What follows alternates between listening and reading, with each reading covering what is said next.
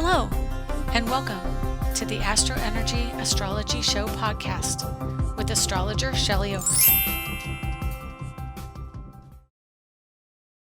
Hi, and welcome to the June 30th, 2022 edition of the Energy Astrology podcast.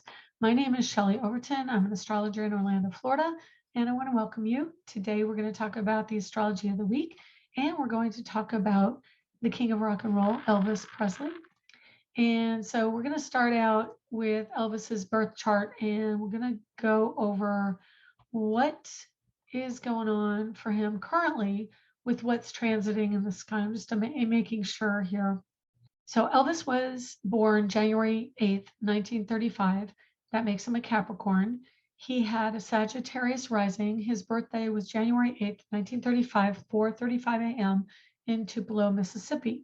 So this information was written on his birth certificate. That's how accurate it is. So it's pretty accurate. Anyway, Sagittarius rules musicians. So out of the gate, that's the first thing I'm going to notice.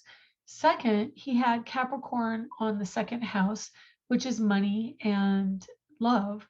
So he saw money as something that was necessary for survival. He was very poor when he was born. He had Venus at 29 degrees of Capricorn, just about at the beginning of Aquarius. He had a 1 degree north node in Aquarius, which means that that energy very much lends itself, the new Aquarian energy lends itself to a detachment from the Capricorn energy, which is very much about ambition, drive, and material goods. So when we go into air, air is going to show us where we need to get into something less grounded and tangible, which is monetary and material gain. That also means that coming up next year, when Pluto hits Aquarius, it is going to make monetary systems even more difficult. And I'm just giving you a big heads up for that. We are heading in to probably a big recession, and money and how we look at money is going to majorly shift starting next year. So Venus also at 29 Capricorn means that there's an end of a story around love and around money and how that plays out in his life. And Venus rules money. Venus is in the second house of money, and she's at the very, we're talking, couldn't get much more end degrees of Venus. I think within a day of him being born, Venus moved in to Aquarius. And so money was a struggle in his early childhood. Okay, so as we look at his chart, I found a few things interesting. The first chart I'm showing is the now chart on the outside ring around the aqua colored ring, and that puts Pluto at 27 degrees of Capricorn. I want to point out something that I noticed when I was doing this chart, and that is when 2020 came in. I'm just going to draw my notes here. 2020 in January, we had a stellium in Capricorn, and that was Pluto, Saturn, Mercury, and the Sun. Those were all at 22 degrees. So that means his Mercury in his natal chart was being triggered. That's right when the Elvis movie was being filmed. So the story, the voice of Elvis was very strong coming through at that time. And I finally got chills all over for that. I find it really interesting. I watch a YouTube channel with a psychic who channels celebrities and many people, politicians, and writers, things like that. But she was channeling, 2 years ago, she was channeling Elvis before the movie ever came out. And it was right around the time that they were filming. And so I find it really fascinating that his energy was really accented in 2020. And then here we are in 2022, and the movie came out, and Pluto is sitting right between his Mercury and his Venus. So there's information coming out. Capricorn wants to have things literal. We want to know facts, and that's the ultimate dynamic of Capricorn being a Saturn-ruled planet or Saturn-ruled sign. Pluto digs deep into the shadow side and brings it out. Pluto moves into Aquarius and then will bring out the awareness and the it is a truth energy, but it's not. I see Sagittarius more as a truth telling energy for like difficult truths, but Aquarius is very pure energy. It is very much to me associated with Metatron and Archangel Metatron. It is clarity, it is science, it is awareness from an air energy. So the air energy of Aquarius is going to make us very clear minded. And it is the pinnacle of the three air signs, starting with the storyline. We talked about this last week. Gemini is me and you, or connection to the other, but understanding each other and two ways of seeing it. So it's duality. Libra is us, but it's in the realm of collective. So it becomes you, me, and the other because it's a fulcrum. And then Aquarius is multiples of something. Because it is a quantum energy, a quantum vibration, we really bring in this incredible clarity and understanding of wherever Aquarius falls in our chart. And it will be accented as we come into next year highly. With this particular birth chart, he's got a north node at 1 degree Aquarius. So this is a way of transmuting energy he brought in from the past.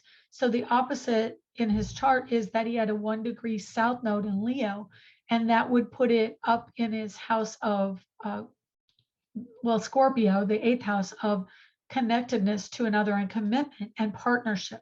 The nodes of fate in his chart fall in the second house and in the eighth house. So it is about money. Interestingly, Pluto in his chart fell in Cancer at 25 degrees. So, of course, Pluto in the sky currently has been going back and forth over an opposition to his natal Pluto.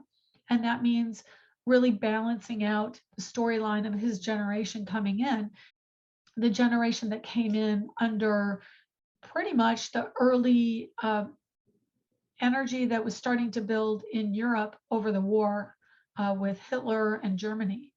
So he was born at this time right before all of that started really getting very challenging. And his Pluto at 25 Cancer put a huge emphasis in his life on a commitment to family, but also his mother. Pluto, wherever Pluto is deeply emotionally ingrained in the energy of home and family, and his mother being a representative of that particular energy. In the eighth house, it means that there is some kind of psychological hidden connection to the energy of that house. So it is about making money. His family was poor. His father went to jail for an amount of, I think it was like 5 years when he was young. And he and his mother had to move, and they were pretty much reliant on each other for emotional support. And he had a very strong early childhood bond. Amazingly enough, my father also had a similar thing with the war. He was born a little later in 42, but my grandfather went away, and my father and his mom, my grandmother, had to move from South Dakota to Seattle to have family help support her while her husband was away at war. So it's really interesting dynamic. And my father, all his life, was very influenced mostly by his mother and, that connected energy. So Elvis was as well. And his South Node came in Leo, also in the eighth house. So he had a really strong one-on-one bond with his mother, but he also had a deep family bond. And, I would say it's interesting because he had Gemini ruling the marriage and commitment house. And so there was a duality that was brought in around that. And then, of course, Chiron in the 12th house not the 12th house, it's the subconscious house. When you look at where Chiron is in the 6th house to the marriage, to marriage and relationships and his parents as a couple, Chiron would be in the subconscious. So there was a wounding subconsciously around that marital situation. And that would probably be his father going to jail. That was, I think, a pretty deep wound in his life. And then going back to the other side of his chart, he has Mercury at 22 Capricorn and Sun at 17 Capricorn, Venus at 29, which is staying power around music, and that's singing. Singing is ruled by Venus. And then Aquarius rules his third house, which is communication. And that meant that Saturn was in Aquarius, which can be, he actually channeled a lot of his music. Like that's what comes in with a Saturn and Aquarius in the third house, is that he's bringing in a higher spirit. And it's really amazing in the movie and in the story of Elvis's life, how strongly he connected to the spiritual and, the energy of religion in his life, and that's all his Capricorn also. But then he had the Saturn Moon connection, and they were within conjunction, but in different signs. So the Moon went into Pisces at 2 degrees, and his Saturn was at 25 Aquarius. So he was at that end storyline around Aquarius, and that he didn't feel connected on some level to maybe even his soul, like to the peers that he would normally have felt connected to. And I wrote some notes down on that. It was really interesting because the things that I have here for him being unique was, of course, his dancing on stage, and it was scandalous. And then he had makeup on his eyelashes, like he put shadow and mascara on his eyes, and it accented his eyes, which was really unusual for a man to do, if ever. I don't know that they did that in that day and age, but he did that. And Saturn and Aquarius definitely brought in the internal view of androgyny with the sexes. That's what Aquarius can do, is we're not binary, we're all part of the same whole. And so having makeup on, doing provocative dance moves at the time, it was very scandalous what he did. He wore a lot of pink in his clothes. And at that time, I know pink started out in Europe and England as being a male color, but then it developed over time to being considered a very feminine color. But he used to love pink and black as his favorite color combination. And he used to have a very strong affinity for the African American culture and Black churches in his neighborhood. He had friends who were across the aisle, so to speak, in culture. And so he brought that in, and that was part of who he was. He brought that into his music. They were looking for somebody. It was interesting because those were the times, the mid 1950s.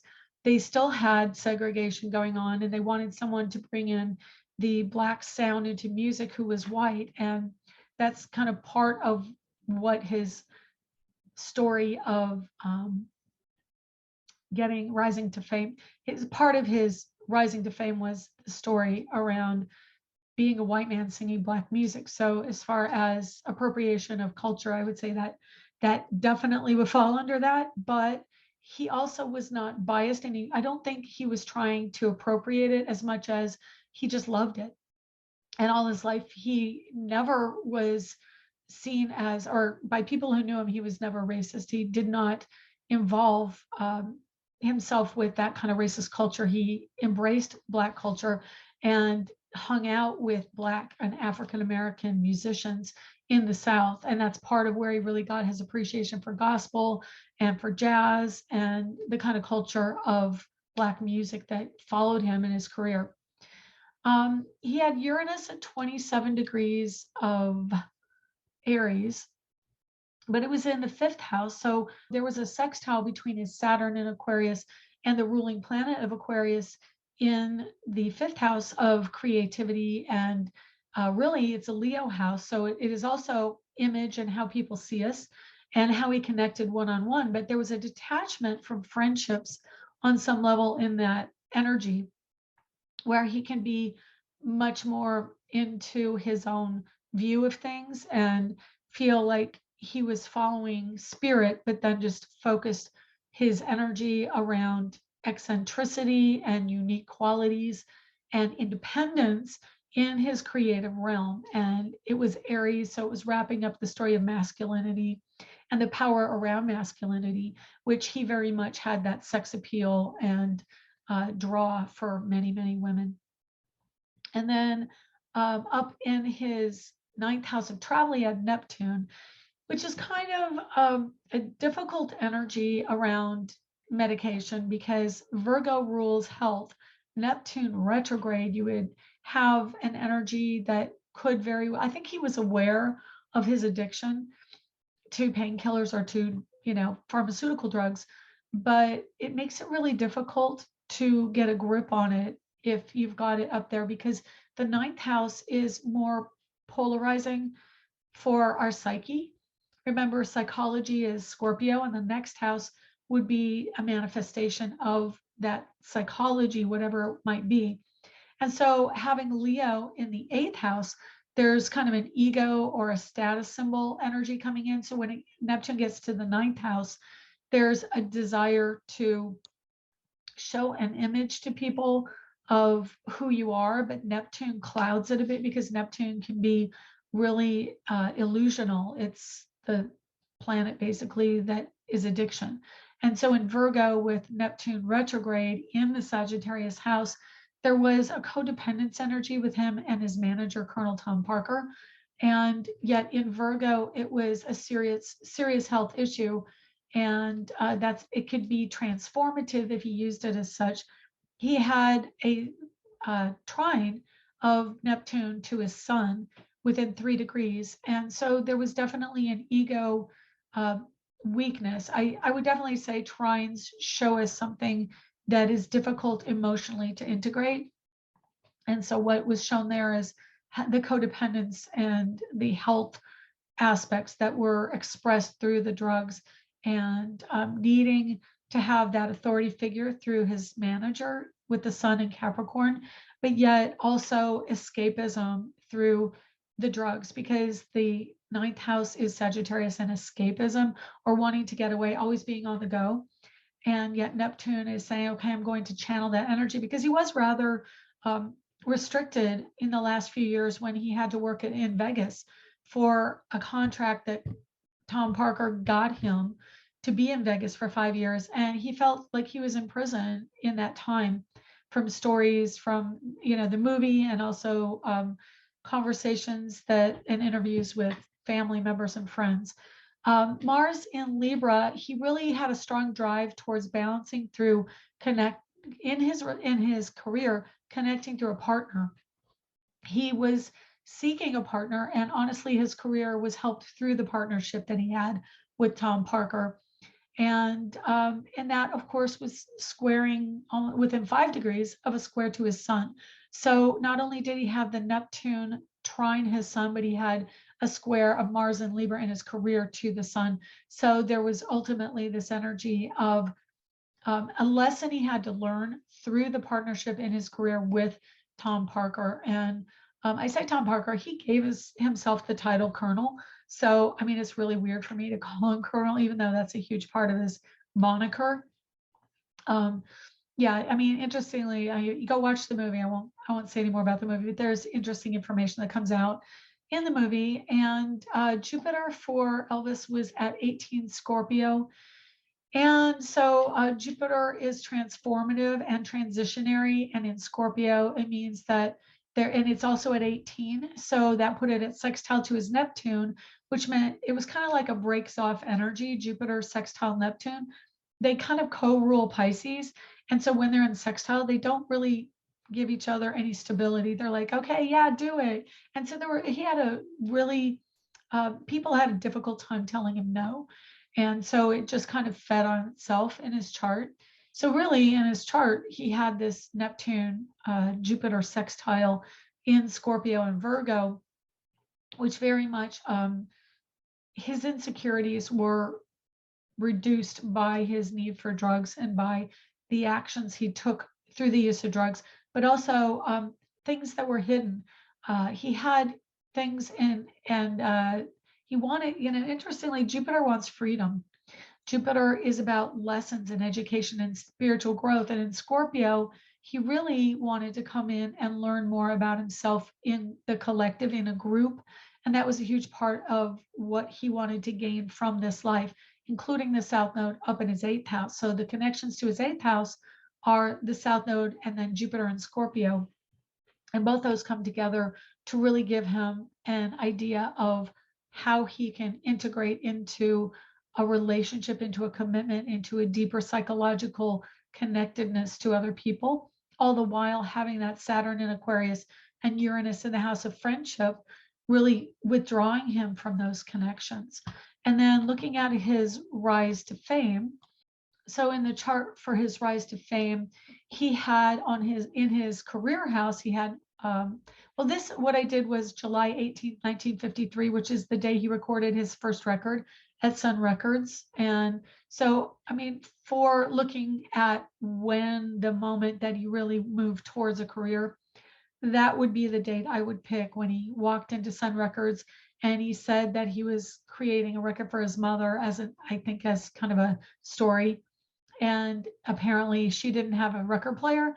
So they theorize in his documentary that, not the movie, but a documentary, that was because he really wanted to see if he had what it takes to make a career, make a living at it. So he went into Sun Records and recorded his first record July 18th, 1953. And I put it at noon because it's right in the middle of the day. We don't know if he went in the morning or the afternoon. So I figure noon is a good time. It's a point of fame in a chart when the sun shines over us dead center and shines its light on us. And at that time, let's see, oh gosh, I didn't switch this. So the midheaven for that time was at late Cancer. It was right on his natal Pluto. It was like 27 degrees of Cancer. And the sun was right there just over the midheaven along with Mercury. And then Pluto was at the late degrees of Leo. So a lot of deep energetic shifts. And then right on the other side, just before it turned into the midheaven, so the ninth house, was Uranus and Mars conjunct in Cancer. And so those two were also a very strong push towards doing something, needing to be independent financially, needing to have his own personal power expressed. Mars joined Uranus is a very potent energy for men. Uranus wants to be in your own personal power, and Mars gives us the drive to be in our masculine, ambitious side. So the two together make you very independent minded, and you will go and you're driven to do what you see in your own best interests. And then the ascendant at that time was Libra. And just above the horizon was the moon, Saturn, and Neptune in Libra. So in his natal chart, that all fell in his house of career, right on his 12-degree Mars in Libra. So Saturn, Neptune, dream for career, vision, basically his ideal career was coming in. And his moon meant it was an indicator of what was going to happen with that action. And it was right on his Mars, meaning that the moon was saying the action taken was going to lead to the ideal career. That's how I would interpret the energy. And then his midpoint, his midheaven in his natal career was late degree Virgo. So there was some energy around lessons learned from this. So he was coming in for healing. I know that a lot of what he did for who he was, how he presented himself as a famous person on stage or person to person, he was rather humble, I think, even though you could say, look at him, he's larger than life, but he was a really shy guy. And part of that was he had Jupiter in the 12th house, he had a moon in Pisces, and his house of communications, the majority is Pisces. And a moon in Pisces is going to make you kind of shy around people. Like his true desire for connectedness to nurturing and the nest, his family life was super protected. Like he wanted that for himself. And so he was really shy in his person, but he was able to really channel the Mars in his chart up in his career house to give everybody this impression that he was an outgoing singer and very, he was a different person on stage from what they say. So I find it really interesting. And then he also had Venus and Jupiter conjunct in Gemini, right on the partnership house when he started to rise to fame. So definitely between the Mars Uranus, right on the cusp between 8th and 7th, that was inclining him towards his freedom was going to be connected to a partner. His independence as a person in his career and his desires were going to be connected to another person, because that is very much commitment in partnership. And then Jupiter, Venus coming into the 7th house, fortune and expansion, desire, and then money and love, and everything right there with the Venus, Jupiter right around the same time that he recorded the record, not long after, within the year, Tom Parker was basically maneuvering in to be his manager. He actually saw Elvis as a very strong potential for fame and for fortune. So he kind of saw that happening when he saw the reaction of women to Elvis's performances. So anyway, I find him a really fascinating person. I've done his chart many times over my life, and I just always am fascinated by him. So this week we have, I'm just going to throw out where everything is right now. We have Pluto at 27, Capricorn retrograde. We have Pluto at 27 retrograde, Capricorn. We have 24 degrees Saturn in Aquarius, right there by Elvis's Saturn. His career is getting another boost, of course. So that kind of gives you an idea of the type of person that really rises into the public awareness at this time with Saturn in late Aquarius. It's actually not far off of my own natal progressed Saturn, because I have a 0-degree Pisces Saturn, and it was retrograde when I was born. So it went all the way back to about 25 degrees of Aquarius. So my Aquarius Saturn is like right around 25, 26. And so it is astrology, Saturn in Aquarius. Aquarius rules astrology, Saturn's career. So many astrologers are going to be kind of awakened at this time. We've got Neptune at 25 degrees of Pisces retrograde, talking directly to Pluto. So now both Neptune and Pluto are retrograde, still in sextile, which is 60 degrees apart. So they're cooperative in the storyline that we need to review. So again, Neptune at late Pisces, it is about addiction. It is about how we integrate the other side of life, and that includes afterlife, it includes spirit, it includes the story that connects us through time to a collective story of where we came from, who we are, archives, genealogy, vintage things. Neptune retrograde last week. Actually, no, I take it back. Neptune retrograded 2 days ago. And so we are going to have people come back from the past. It can mean that storylines, careers, people, events repeat themselves or come back in. Jupiter at 7 degrees Aries, and so Chiron, Jupiter, and Mars are all in Aries right now. That's 3 very heavy hitting energies. Jupiter at 7, Chiron at 16, and Mars at 26 in Aries. So Jupiter brings in an expansion around men and ambition and emergencies and building something constructive. Chiron shows us where we are wounded through that activity. Mars, the ruling planet of Aries, on his way out, moving forward and at the bitter end. So of course he's squaring Pluto. Mars Pluto square is some kind of adjustment that has to be made through aggression and aggressive action. And it is war. Mars is the god of war. Pluto is a warrior, a psychological warrior. And so we as a collective, because Pluto is the overarching generational storyline, it affects everybody. Pluto squaring Mars right now is bringing a peak energy of war. So Ukraine has been really going through it this week. Also, interestingly, something that just flashed in my mind is the 51 people, and I don't know if it's more, but 51 people died in a truck in San Antonio, Texas, who were, I think, being smuggled across the border at Laredo. And so all those people were seeking asylum in America, and that didn't end well for them. So that also brought about a storyline of taking action. Aries is race relations, and because race relations tend to center around Black Lives Matter, we see that a lot, but also immigrants and coming over the border definitely could be involved in this energy. Pluto squaring Mars is really difficult energy for aggression and male energy trying to stand in its power and exert itself and its authority. But Pluto is also government.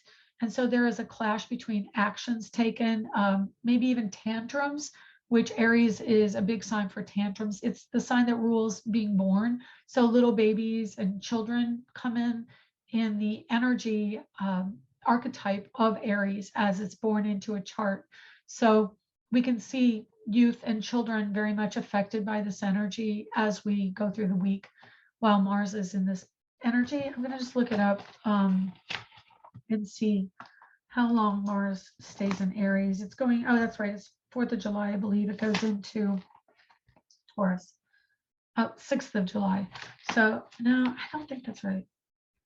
Yeah, Mars moves into Taurus on the 4th of July at 11:04 p.m. Pacific and 2:04 a.m.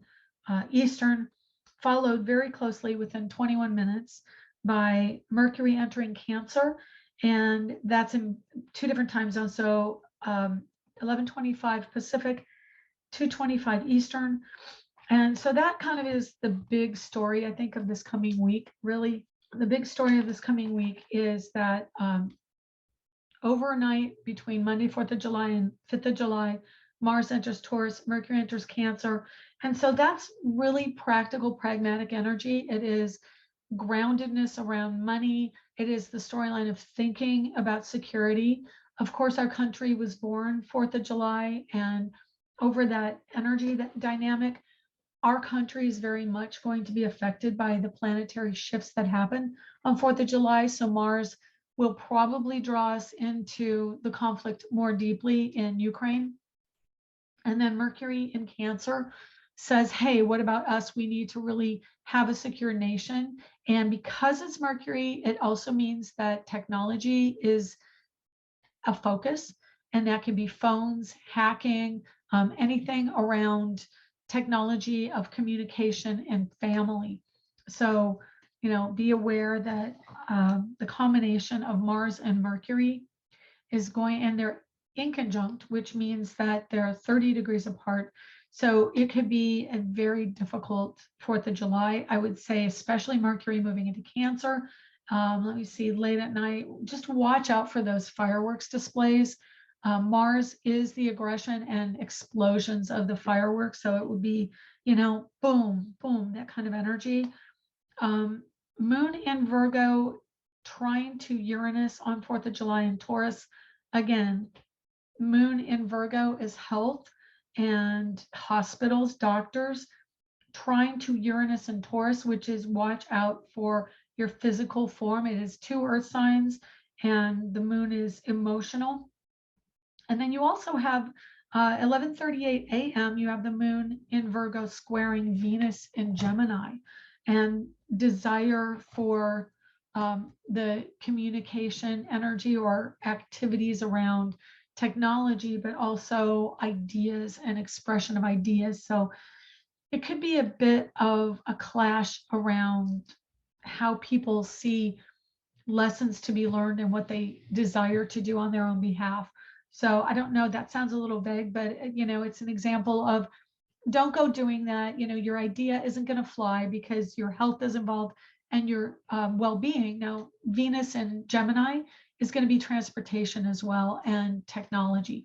So just be really careful on Monday about technology and health, and also fireworks later in the evening with that explosive energy of Mars going into Taurus. And then also remember, Uranus is in Taurus, and so there's a lot of stuff there. I'm going to just read off my notes for the rest of the week and then wrap it up here. So Monday, I've got Washington, D.C., Moon in Virgo, does strongly connect to D.C. It was laid out on a Virgo pattern. The Virgo constellation is how they set up the streets and everything. Health, children, and service, which can also mean the military. So, Moon in Virgo, military. I definitely think something is very strongly possible for 4th of July. It's kind of a day that points are going to be made. So 5th of July, Mercury in Cancer sextile Mars in Taurus. So that's going to be a more positive energy for family, home, and money. But it is Mercury, and that is security again, technology, and it's a positive energy. So technology and action and activity around it, it's probably a good day if you want to buy a new phone, if you want to do something with a car, or transportation wise. But there is an inconjunct of Moon in Virgo to Saturn in Aquarius, And so that's going to be like hyper technological, hyper intellectual and analytical energy coming in on Tuesday. We have a moon square Mercury in Cancer later in the evening. And so moon in Libra and Mercury, which is an air energy that understands. Interesting. So Mercury really gets along with Libra, which it's squaring. And moon usually gets along with Cancer because it rules it, but it's squaring Mercury in Cancer. So it's going to be a difficult thing with family partnerships and the energy around ideas and the direction you're heading on Tuesday. Then self-interest, desire that can wound, and relationships are at odds on Wednesday as well. So I would say Tuesday and Wednesday are going to be difficult relationship days. And then Thursday, though, is more cooperation. It's all about thought and ideas. It's unstable, though. It is cooperative with a lot of trine energy between the air signs, but it is unstable because air is unstable in astrology. And then later in the evening on Thursday, the moon moves into Scorpio, which again is going to just drag us right down into that deep emotional abyss that connects to the mafia, connects to the underworld, it connects to hidden agendas. But in a positive sense, it gives us a better understanding of our psychology. And it does start talking more positively to Pluto, its ruling planet in Capricorn, and they are cooperative energy, Scorpio and Capricorn. On Friday of next week, we have an opposition of the moon to Mars in Taurus. And Mars in Taurus, I think, is still early Taurus. So Mars doesn't get into the next sign, Gemini, until the third week of August. So we're going to go through all of July and a good part of August, about 7 weeks of Mars in Taurus. So I think it's going to make it more of a bull market. And I wanted to talk really briefly about crypto. I know I've recommended crypto. Of course, crypto has tanked, but I will tell you next year, Pluto in Pluto in Aquarius is going to be joint finances. So I think what's going to happen for crypto is that there are going to be opportunities for business partnering that will strengthen the idea of cryptocurrency. And I think that will evolve over the next year.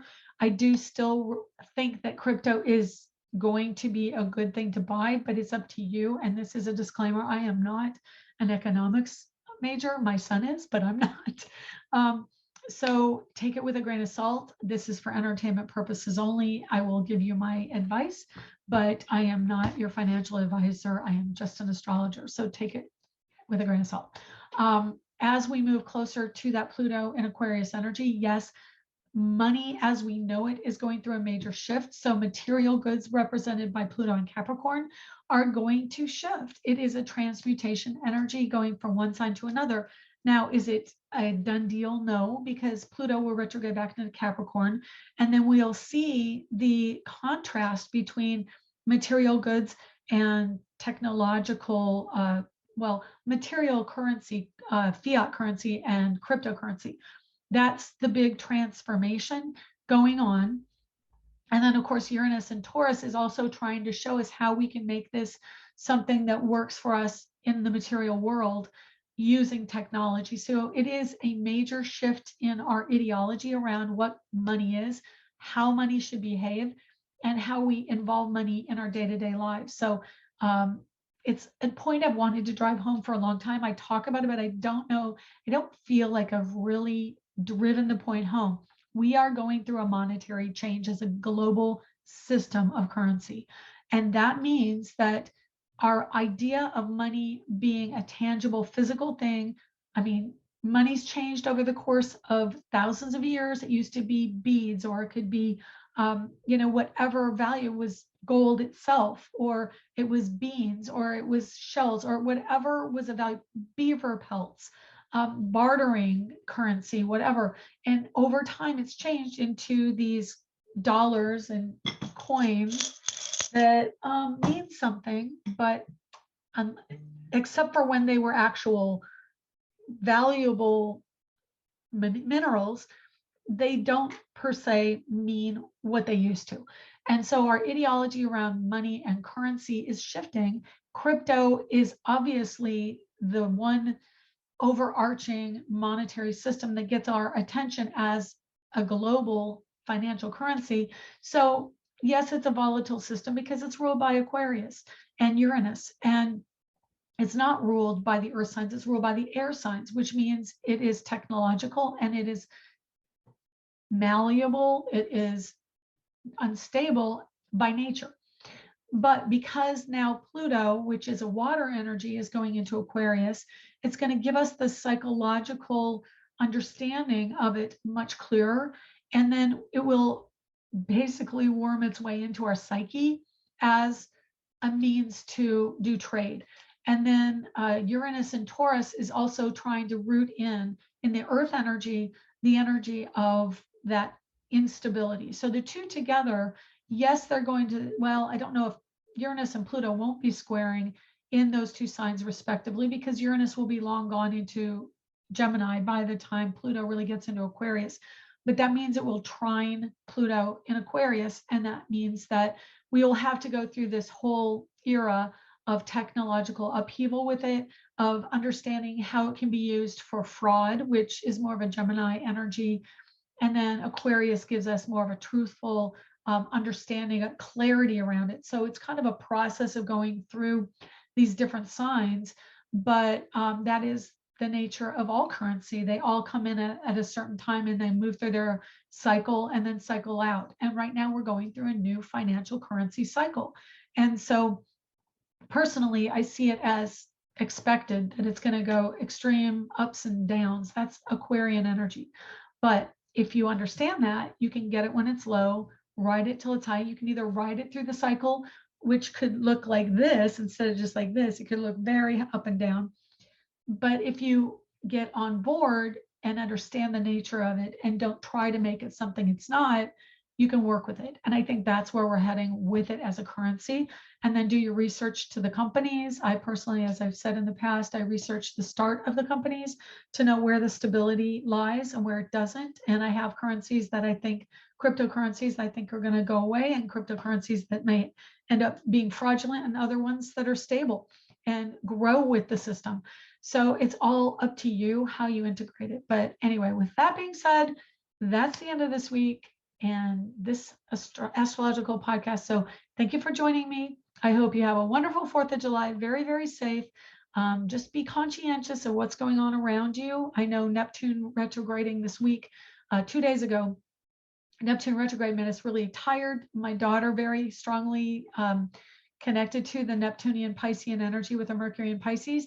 And she's been leaving things. She's left her purse at a business and then she got it and left it at home. And so she keeps forgetting things, purses, keys, water bottles, everything. They just keep getting left in different places. And that can be the energy of Pisces and Neptune going retrograde as well. So I hope you made it this far in our podcast. And I'm sorry I didn't touch more on that, but there's just so much to talk about. And I really wanted to give kind of a taste of all of it. So if you want more, I did just put up a blog yesterday at angeliczodiac.com. It's there. I'm not even getting there, angeliczodiac.com. So I hope you have a good 4th of July. Say 4th of July. Learn more about astrology at angeliczodiac.com and also at angeliczodiac on Instagram, on Facebook, and take care. We'll see you next week. Bye-bye.